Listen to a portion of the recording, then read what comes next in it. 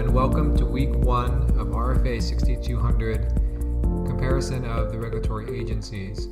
And as we'll talk about in the audio lecture, this week is a little bit light, in part because I want to make sure everyone that's coming to this course is catching up if they've been a while, maybe from RFA 6130. I know some of you will be coming directly from that course and will be a little more up to speed or a little fresher on that material.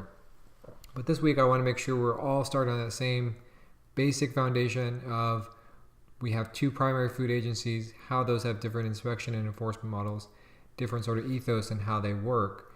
And then from there we'll go in the next weeks into what are some other similarities, that common history, and then how they sort of start to diverge and what we see differently between the two agencies, as well as looking at other parts of the regulatory landscape.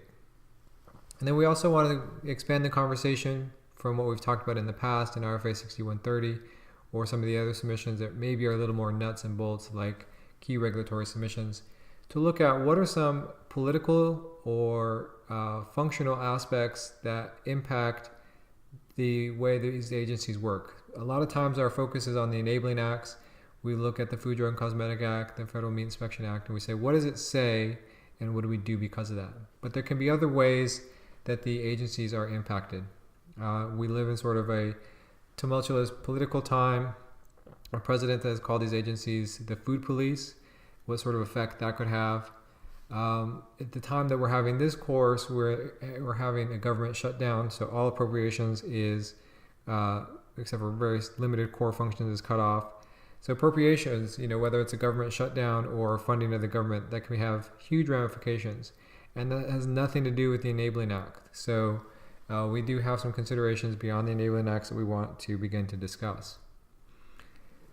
So when we talk about this course, it can feel a little stodgy, a little bit predictable, because we're saying we know the differences between the USDA and the FDA. And we've talked about that in previous courses, why that's so important, who has jurisdiction, and what regulations apply.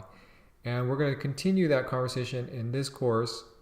It's just the natural extension of it because it is so important. But we can broaden that as well to say, when we learn about these agencies or we learn about these considerations, does that give us insight into compliance where maybe there's something subjective that we're interpreting or we're trying to anticipate where an agency is going to get ahead of the curve? Does that help to understand that history, to understand that regulatory aspects beyond the Enabling Acts to do that? And another reason that I like this course, and you've heard me in other courses talk about sort of a reminder that nothing is fixed, nothing is the way that it currently is, and we'll get into great examples of that in this course, going from the Division of Chemistry through a number of iterations to end up with the FDA. So we know the FDA, but it doesn't mean that's what it has to be. And so one of the aspects that we can take from this course is to say, looking at our regulatory landscape, do we as regulatory professionals or maybe as consumers feel this is the best system? Is it the most efficient system? Is it the safest system? And if not, how can we improve it? And how can we play a role in improving it? And so that can be an aspect that's a little more fun to this course. So I hope to continue this discussion in the audio lecture, again, just getting into the basics and a light introduction for the first week, and then we'll delve into some deeper topics next week.